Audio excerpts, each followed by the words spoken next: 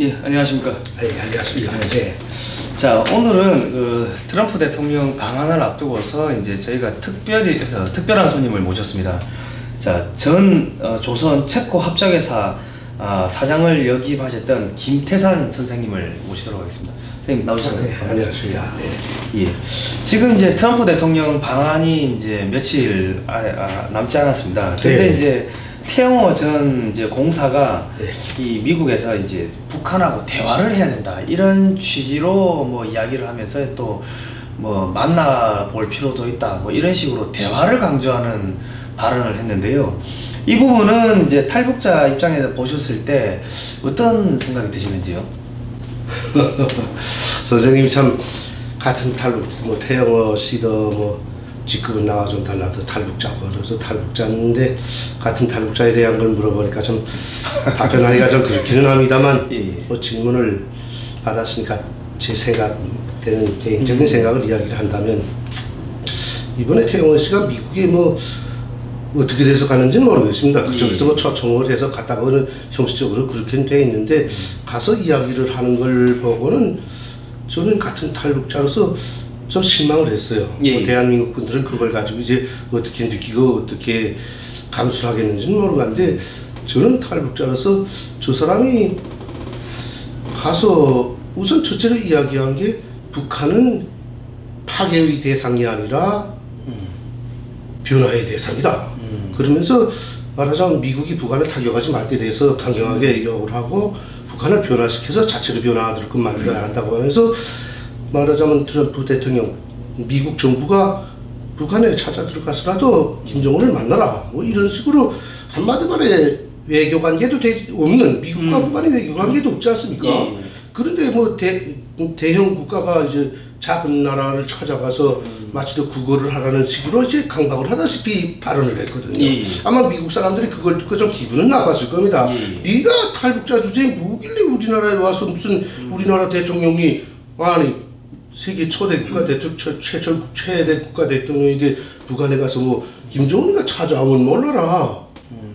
우리 미국 대통령이 왜 그를 만나야 하냐 우리 정부가 그렇게 생각을 했겠는데 어쨌든 어떤 의도에서 태영호 씨가 그런 발언을 했는지 모르겠고 뭐 북한에 잘 보이려고 그랬는지 아니면 대한민국 정부가 그렇게 가서 좀 현재 한반도 정세가 긴장하니까 그렇게 미국을 좀 묵자치라 하고 그렇게 시켜서 갔는지 어쨌든 저로서는 좀 애매하거든요. 그러나 어쨌든 탈북자의 입장에서는 그렇게 말한 데 대해서는 우리가 실망하게 되는 겁니다. 네. 그럼 이제 태영호 공사가 말하는 이 북한을 변화시켜야 된다. 이게 어떤 의미입니까?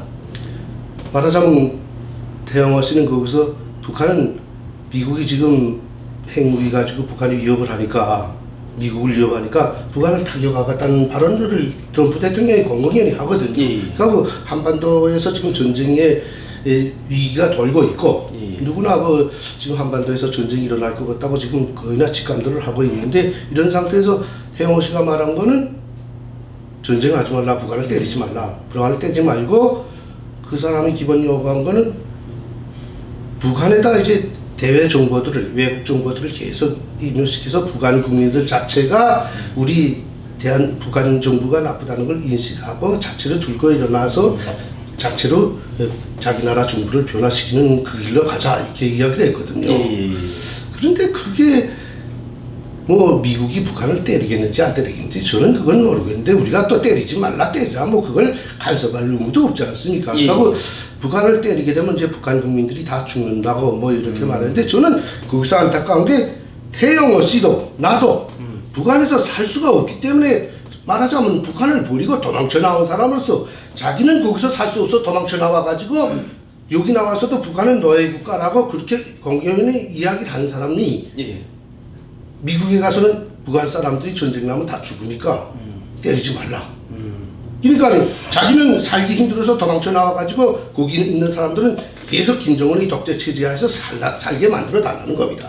한마디 말에 함정에 빠졌던 사람이 자기는 바깥으로 튀어나와가지고 거기 함정에 빠진 사람을 구원해 주어야 인간의 도리인데 야, 난 너넨 거기서 살라 그럼 난 가겠다. 편하니까 하겠다. 그러니까 남이 구원해주고 다른 사람도 구원해주지 말라고 하는 거나 같거든요. 그러면서 마치 더 통일 방안, 무슨 북한을 변화시킬 방안을 이야기하는 것이 북한에 이제 아까 이야기한 대외 정보를 많이 유입시켜가지고 말하자면 방송도 들이보내고 텔레비전도 막 퍼들고 뭐 어쨌든 삐라도 들이보내고 그렇게 해서 북한 사람들이 각성해서 들고 일어나서 그들 자체를 해결하도록 하자 이걸 이야기했거든요. 근데 제가 안타까운 거는 북한에서 우리도 살아봤지만 거기서 그렇게 해서 변화가 될 것 같으면 제가 왜 여기 나왔겠으며 태영호 씨가 거기 북한에서도 편하게 살던 사람이 왜 여기 나왔겠습니까? 변화의 조짐도 안 보이고 변화의 가능성도 안 보이기 때문에 튀어나온 거란 말입니다. 그런데 여기 와서 하는 소리는 그게 가능하다고. 그러면 앞으로 몇십 년, 내년 1, 2년 후에 북한 동포들이 과연 변화가 돼서 자기 정부를 변화시키겠는가? 그건 누구도 모르는 겁니다. 10년이 될지 20년이 될지 지난 기간 햇볕 정부 10년 그렇게 퍼주면서 해서도 하나 변화된 게 없습니다. 삐라는 계속 남북한에 갈려져서 남에서도 삐라를 보내고 북에서도 삐라 보내고 우리 탈북자들이 나와서 거의 20년 동안을 삐라를 보냈지만 북한 사람들이 삐라 보고서 무슨 반정부 투쟁을 일으킬 정도는 아니거든요. 그러면서 이제 태영호 씨와 또 태영호 씨를 주장을 이제 이렇게 지지하는 사람들은 소련에서도 그렇게 강대하던 소련도 독일도 자유를 주고 라디오를 듣게 하고 텔레비전을 자유롭게 보게 했기 때문에 변화가 돼서 들고 일어나서 이제 소련이 해체되고 독일도 통일되지 않냐 이렇게 증거를 두는데 참 이게 무식한 사람들입니다. 소련이 무슨 텔레비나 보고 라디오나 자유롭게 들었다고 해서 그게 그렇게 변화된 게 아니거든요. 말하자면 선생님도 아시지만 소련은 고르바초브 당시에 개혁개방으로 변화시키지 않았습니까? 고르바초브가 변화를 시켰지만 스탈린이 1960년대 초반에 스탈린이 죽고 후르소브가 올라앉으면서 스탈린의 독재 체제를 후르소브가 비판하면서 이 공산사회는 독재라고 해서 독재를 청산하기 위한 그런 개방의 길을 개혁의 길을 열어터주기 시작했습니다. 그러다가 1964년도에 그렇게 가니까니 강경파들이 후르소브가 여름에 휴양지에 별장에 가 있을 때 강경파들이 모여들어가지고 당회의를 열어가지고 그 후르소브를 참가시키지 않고 강제로 해임시켜 버렸거든요. 그 후에 강경파들이 올라앉았지만 계속 말하자면 독재를 반대하는 그런 흐름은 올라오다가 이제 1995년도에 고르바초브가 공산당 서기로 출마합니다. 그 다음에 그러면서 그 사람이 그 후르소브의 뒤를 이어서 개혁개방을 계속 모색하고 들어가거든요. 당 서기로 들어가서. 그러다가 1998년도에 이 사람이 어디로 올라가냐면 소련 연방 최고의 간부부장으로 올라갑니다. 간부부장은 인사부장이거든요. 그 소비에트 연방 안에 연방 국가들의 간부, 공산당 간부, 행정관 그 사람 소리에 의해서 다 배치가 되는 겁니다. 이 사람이 그 개혁개방을 할 준비를 그때부터 준비를 쫙 했습니다.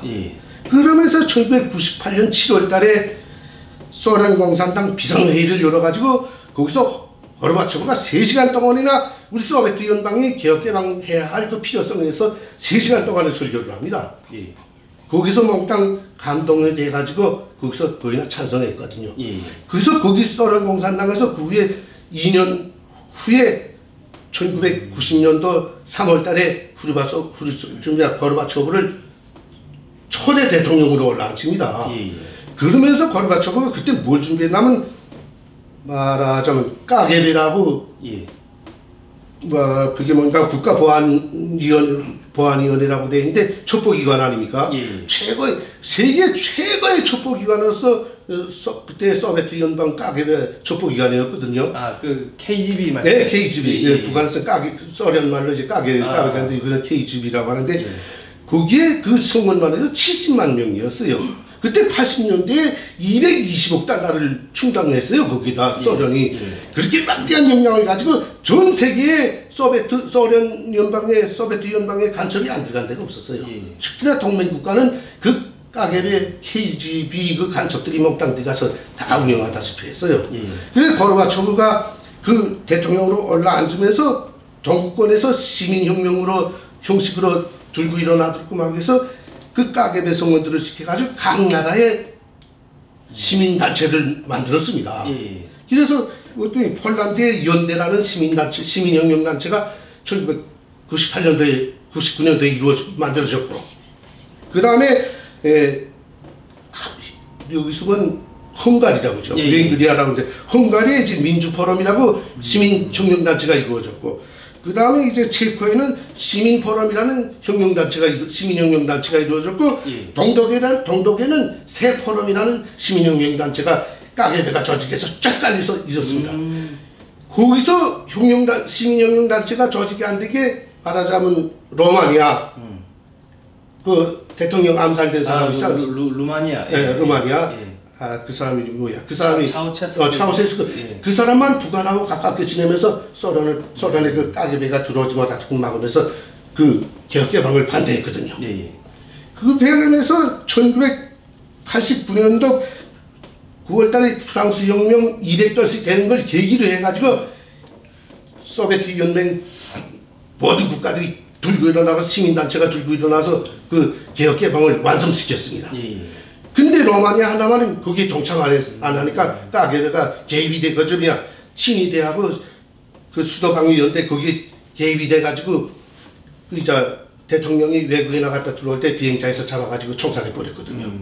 근데 마치도 이제 태영호 씨가 이야기하는 것처럼 일반 탈북자들이 어떤 사람들이 이야기하는 것처럼 시민단체가 자유롭게 이루어져 가지고 무슨 소비에트 연방이 무너진 것처럼 말하는데 그게 아닙니다. 북한도 무너지려면 큰 사람이 하나, 말하자면 고르바초프는 소비에트 연방 대통령입니다. 대통령이 개혁개방 하자는데 밑에 놈들이 반대할 수가 있겠습니까? 근데 말하자면 북한에서 이 김태상이가 이지라도 북한 들어가서 우리도 개혁개방합시다, 들고 일어납시다 하고 선전하면 한 명도 안 따라옵니다. 말하자면 북한엔 야당도 없고 반정부 단체를 조직할 그 어떤 정치 조직도 사회단체도 없거든요. 어떤 누구가 말하자면 뭐 군단장이나 사단장이나 도당 책임비서 같은 사람들이라도 들고 일어나야 뭐 그래도 시민들이 쫓아오 가는데 그 사람들은 다 김정은이 선발과 같은 사람들이기 때문에 그걸 안 하거든요. 근데 어떻게 국민들을 규합을 해가지고 마치도 거기서 태영호 씨는 이야기한 게 동독도 그렇게 자유를 주고 그렇게 뭐 외부 정보 유입이 됐기 때문에 동독 서독 통일이 되지 않았냐 이거 하는데 그게 절대 아니거든요. 이거를 이제 소비에트 연방이나 동독이나 뭐 유고슬라비아 연맹이나 이게 무너진 것을 무슨 시민혁명은 맞는데 자체로 뭐 이렇게 국민들이라는 건 조직자가 없으면 훑어진 머리알 것 같습니다. 솔직히 지금도 대한민국 보십시오. 우파들이 정권을 좌파들한테 띄우고 뭔가 다시 정권을 돌려세우자고 하는데 똑똑한 지도자가 없으니까 우파 국민들을 한 자리에 먹지 못하지 않습니까? 이런 개혁개방 완전히 자유민주주의 사회인 대한민국에서도 그게 안 되는데 북한과 같은 그 정보정치국가 독재국가에서 가능하겠습니까? 신뢰를 하나 더 든다면 지금 중국을 보십시오. 중국이 1980년대에 완전히 개혁개방을 해서 중국 13억 국민들에게 완전 자유를 줬거든요. 이동의 자유, 언론의 자유, 뭐 시위의 자유 모든 걸 다 줘서 37년이라는 세월이 흘렸는데 지금 중국은 3분의 1건씩 데모가 일어납니다. 1년에 10만 건 이상 데모가 일어났지만 아직도 중국 공산당의 그 독재를 철폐 못하고 있습니다. 그런데 북한이 무슨 이제 정보를 유입해 가지고 북한 국민들을 발동시킨다는 겁니까?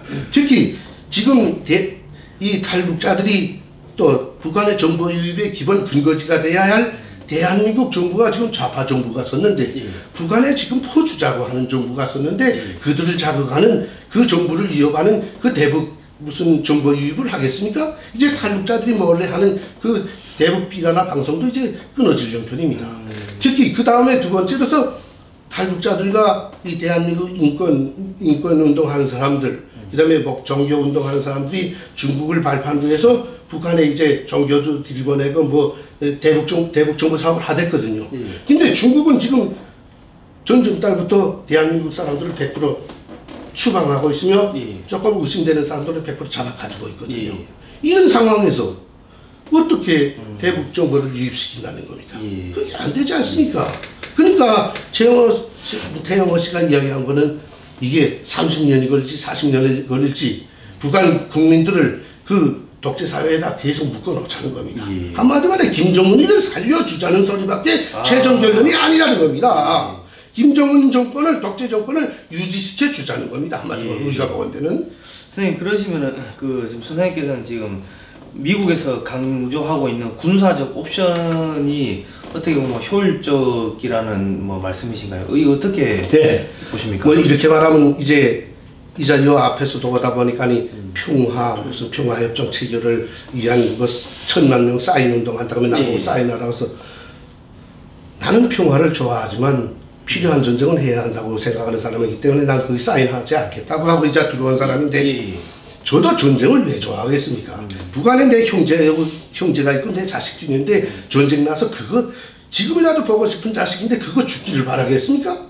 그러나 우리가 내가 내 자식이 죽는 한이 있어도 이런 노예살이 노예 제도는 오래 유지시키지 못하겠다는 겁니다. 그래서 나는 미국의 군사 옵션에 대해서 특히나 지금 김정은이가 하는 이 말하자면 도발, 위협, 말하자면 미사일, 핵, 대량살상 무기 가지고 대한민국을 위협하고 미국을 위협하고 동아시아 지역을 위협하고 있지 않습니까? 지금 왜 김정은이만은 이렇게 위협을 할 권한이 있고 대한민국이나 미국이나 일본이나 이런 사람들은 자국을 위한 그 방어수단을 사용하지 못하게 돼 있다는 겁니까? 태영호 씨들을 말하면 미국도 대한민국도 일본도 북한으로부터 핵 위협과 미사일 위협을 받았으면 응당 자위 방어를 해야 할 권리가 있지 않습니까? 그죠, 이 군사옵선을 왜 태영호 씨가 그걸 그렇게 하지 말아라 해라 하고 강요할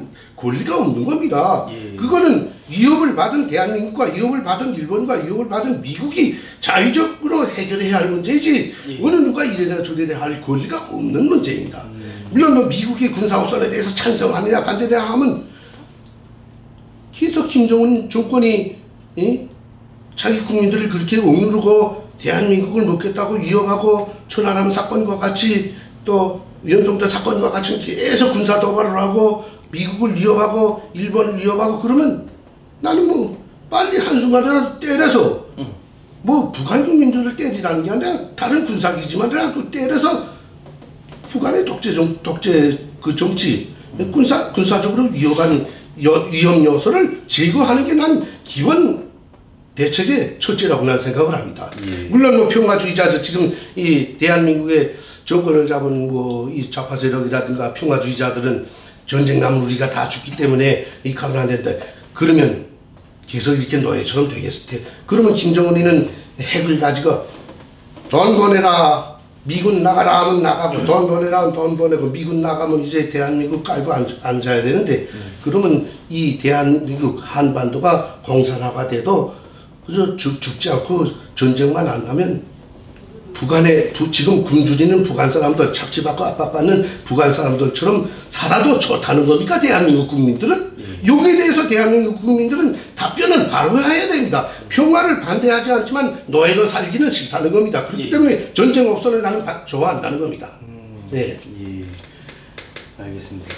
그리고 그 지금 이제 트럼프 대통령 이제 방한을 앞두고 이제 이 탈북하신 분의 한 사람으로서 트럼프 대통령한테 이제 뭐 하실 말씀이 있으시면 한 말씀 해주십시오. 뭐 선생님마다 뭐 탈북자의 몸으로서 뭐 여기 묻혀 사는 사람이 무슨 대통령한테 한 말을 뭐 하게 하겠습니까? 제가 바라는 소원이 하나 있다면 트럼프 대통령한테 바라는 소원이 있다면 미국이 지금까지 북한을 키워줬다는 데서 나는 우선 비판을 하고 싶습니다. 미국 정부에 대해서. 당신들이 지난 기간에 원래 국제적인 규정에 따라서 북한이 핵무기를 만들 때 그러면 야 너네 만들지 마라. 국제 규정에 의해서 이제 다른 나라는 핵무기 못 만들게 돼 있으니까 너네 만들지 말라. 예. 해서 북한이 말을 들으면 가만히 있어야 되는데 계속 만든다는 걸 알면서도 미국은 그걸 방치했거든요. 예. 중국이 계속 이렇게 보호를 해준다는 걸 알면서 방치했거든요. 예. 그러면 미국이 응당 대한민국 보고도 일본 보고도 너네도 핵무기 만들라. 북한이 만든 뭐 어떻게 너네 우리 말 안 듣고 핵무기 만드니까 너네 앞으로 위험할 수 있으니까 대한민국도 핵무기 만들고 일본도 핵무기 만들라고 그런 권한을 줘서야 돼가는데 대한민국과 일본은 핵무기를 만들지 못하도록 맞대응을 못하도록 만들어놨습니다. 예. 그러니까 북한의 핵무기를 만드는데 미국도 중국 못지않게 동조를 했다는 겁니다. 예. 그러니까 미국이 주로 북한이 핵무기를 만들면서 뭐 어떻게 넣을 때 지금처럼 완성되지 못할 정도 시철 쌓아 깔아뭉개서야 되겠는데 예. 다 만들어 놓으니까 지금에 와서 군사옵션 문제 하는데 미국이 참 바보스럽게 그지없다는 걸 나는 트럼프 대통령 앞에서 마주만 설 수 있다면 당신의 바보라고 난 이야기를 하고 싶습니다. 예. 그러면서 이지랍도 더 늦지 않았으니까 예. 빨리 핵 제거하기 위해선 김정은 제거하든가 핵을 제거하든가 빨리 수순을 밟으라. 예. 당신네가 대한민국에서 핵을 못 가지게 했기 때문에 우리는 지금 핵 위협에 계속 시달리고 있는데 당신네가 책임을 지라. 그러니까 미국이 중국이 핵무기를 북한이 핵무기를 만들게끔 중국이 도와줬는데 미국 너네 가만히 있었으니까 중국한테도 압박하라. 예. 저는 이렇게 좀 강하게 요구하고 싶습니다. 아, 그 다음에 이제 뭐 트럼프 대통령이 방안을 하는 건 뭐 국가 원수들이 서로 이렇게 왔다 갔다 하는 외교적 관례니까 뭐 군사적 관계 때문에 온다기보다도 외교적 관례 때문에 오는데 난 뭐 거기에 대해서는 뭐 와서 오라고 난 환영하고 싶습니다. 일감이죠. 그런데 하나 아쉬운 거는 대한민국 국민들이 물론 북한을 동조하고 친북적인 경향을 가진 분들은 트럼프 미국 미울 수 있습니다. 그러나 이게 국가 관례에 따라 대한민국 대통령도 미국에 가지 않습니까? 중국에도 가고. 그런데 그 대통령들한테 그거 뭐 내쫓겠다고 하고 막 무슨 뭐 죽이겠다는 이런 소리까지 하는 사람들도 뭐 있고 그런 것 같은데 이게 선진적인 국민이 못된 좀 말하자면 뒤떨어진 국민, 부끄러운 국민의 자세거든요. 뭐 트럼프 대통령 하는 걸 그렇게 반대했다고 해서 트럼프가 못할 건 아니거든요. 미국이라는 나라가 무슨 뭐 대한민국 그 미국을 좀 미워하고 미국을 내쫓지 못해서 그런 정신을 중국을 견제하고 중국하고 떳떳하게 맞서는 그런 정신을 좀 발휘했으면 좋겠어요. 그 사람들은 중국한테는 개처럼 낙자급도에서 발발발발 주선 비는 사람들이 미국하고 일본한테는 왜 이렇게 기승이 나서 덤벼드는지 모르겠습니다. 사실 미국이나 일본 신세를 져서 대한민국이 이만큼 컸는데 중국 신세 진 건 없어요. 대한민국이 오히려 대한민국 경제가 중국 건너가서 중국 경제를 발전시켜줬는데 중국은 우리를 감사해야 할 나라인데 우리는 왜 중국에는 아첨을 하고 미국과 일본에는 그렇게 기승을 부리는지 대한민국 국민들 난 도무지 이해가 안 됩니다. 왜 그러는지. 이건 뭐 선생님께서 대한민국 국민이시니까 아마 자체로 생각을 좀 해주시면 감사하겠습니다. 예, 알겠습니다. 오늘은 전 조선 체코 합작회사 북한의 조선 체코 합작회사 김태산 사장님을 이렇게 모시고 트럼프 대통령 방한을 앞두고 다양한 이야기를 나눠보았습니다. 자, 이 방송을 보시는 이제 독자분들은요, 좋아요 많이 눌러주시고 널리 퍼뜨려 주시기 바랍니다. 그리고 구독 신청하기 꼭 눌러주시기 바랍니다. 여러분의 손가락이 대한민국을 구원합니다. 자, 다음에 뵙겠습니다. 막말해서 미안합니다.